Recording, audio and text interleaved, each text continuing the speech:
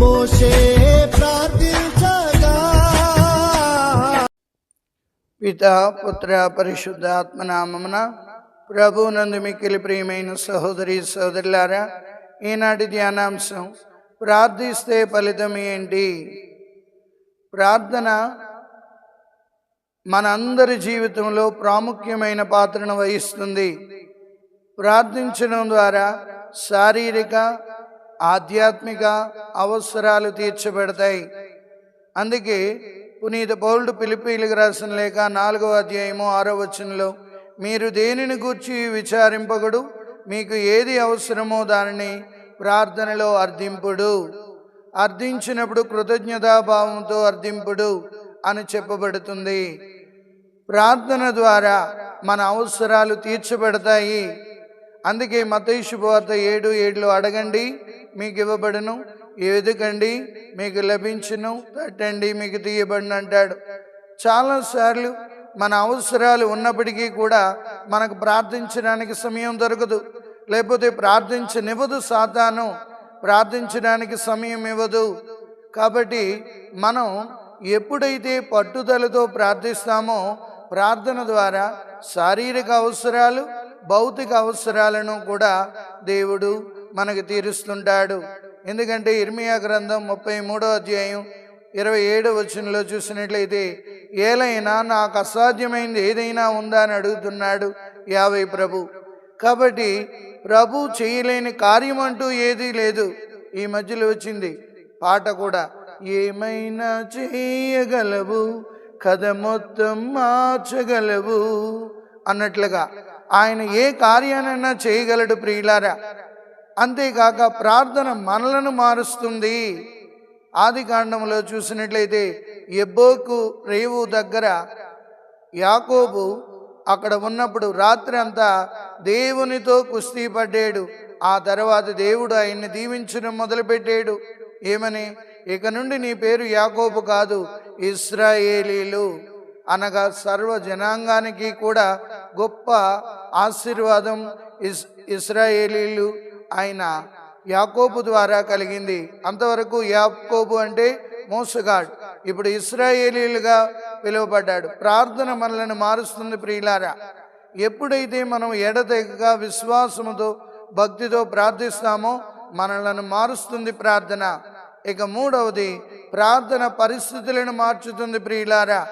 ఎలాంటి పరిస్థితులైన క్లిష్టతరమైన పరిస్థితులు అవని నీవు భయపడవలసిన పని లేదు. దేవుని బిడ్డగా ఒక్కసారి ప్రార్థించడం మొదలెడితే పరిస్థితులు వాటంతటా అవే మారుతాయి.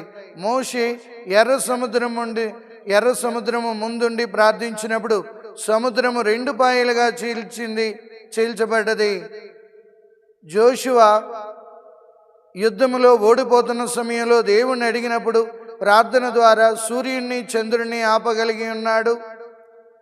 దానియేలు సింహాల బోనులోకి వెళ్ళినప్పుడు ప్రార్థించడం ద్వారా సింహపు నోళ్లు మోయించగలిగాడు. కాబట్టి ప్రార్థన ఎటువంటి క్లిష్టతరమైన పరిస్థితులను మార్చుతుంది. కావున మనం ఎల్లప్పుడూ కూడా ప్రార్థిస్తే ఫలితం ఏమిటి అని ఆలోచించినట్లయితే, ప్రార్థన మన పరిస్థితులను మార్చుతుంది, మనలను మార్చుతుంది. కాబట్టి ప్రార్థించడం మనం ఆపకూడదు. ఎప్పుడైతే ప్రార్థిస్తామో దేవునితో సన్నిహిత సంబంధాన్ని పెంపొందించుకుంటాం. ప్రార్థన ఆత్మ ద్వారా అద్భుత కార్యాలను చూడగలుగుతాం. ఇక ప్రార్థించడం ద్వారా రహస్యములు బయలుపరచబడతాయి. ఇర్మియా గ్రంథం 33వ అధ్యాయం 3వ వచనంలో, నీవు నన్ను పిలిచివేని నేను నీకు జవాబిత్తును, నీ వెరిగిన అద్భుత సత్యములను నేను నీకు బయలుపరచెదను. కావున దానియేలు ప్రార్థించగా గొప్ప దర్శన వరాన్ని పొందుకున్నాడు. యోసేపు ప్రార్థించగా కలలకు అర్థము చెప్పే జ్ఞానాన్ని పొందుకున్నాడు. కాబట్టి ప్రతి ఒక్కరూ కూడా ప్రార్థించడం ద్వారా దేవుని యొక్క రహస్యాలను గ్రహించగలిగారు. మరి ఈరోజు మనం ప్రార్థించడానికి సమయం ఇవ్వగలుగుతున్నామా? ప్రార్థనలో గడపడానికి ఇష్టపడగలుగుతున్నామా? ప్రార్థన దేవుని యొక్క ఆత్మతో కలిసి ప్రార్థించగలుగుతున్నామా? కలలు కలిగేది ప్రార్థన ద్వారానే. అందుకే దానియేలు నెబుకద్నెజరు రాజుకి కలలు వచ్చినప్పుడు ఆ కలలు వివరించగలిగే జ్ఞానాన్ని దేవుడు ప్రార్థన ద్వారానే అనుగ్రహించాడు. దానియేలు ప్రార్థించాడు, ప్రభువా ఈ కలల యొక్క మర్మాన్ని చెప్పడానికి శక్తినివ్వండి అని. యోసేపు కూడా అదే శక్తిని ఇచ్చాడు. ఆ కలలు, ఆ దర్శనాలు యొక్క మర్మాన్ని చెప్పగలిగారు.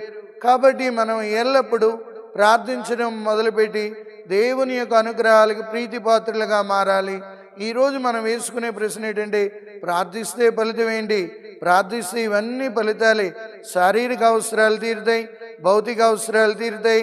ప్రార్థన మనల్ని మార్చుతుంది, ప్రార్థన పరిస్థితులను మార్చుతుంది.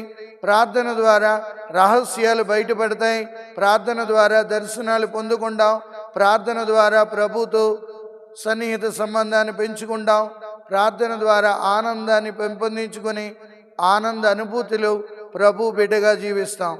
పితా, పుత్ర, పవిత్రాత్మ నామమున ప్రభు మిమ్మందరినీ ఆశీర్వదించి కాచి కాపాడునుగాక. ఆమేన్.